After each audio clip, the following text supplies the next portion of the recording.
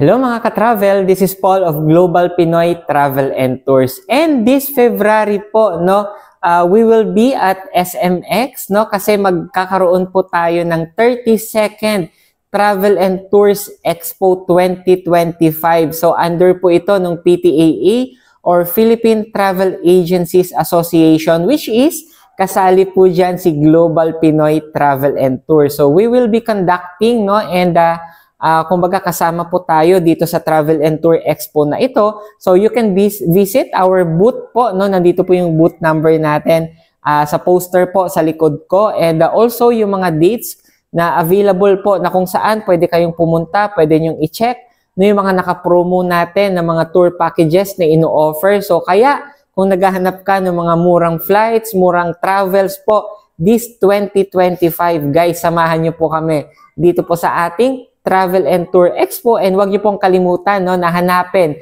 yung booth po ni Global Pinoy Travel and Tour. So to know more, you can message me directly dito sa inbox ko para mag-guide and ma-assist kita. With that guys, God bless po sa ating lahat.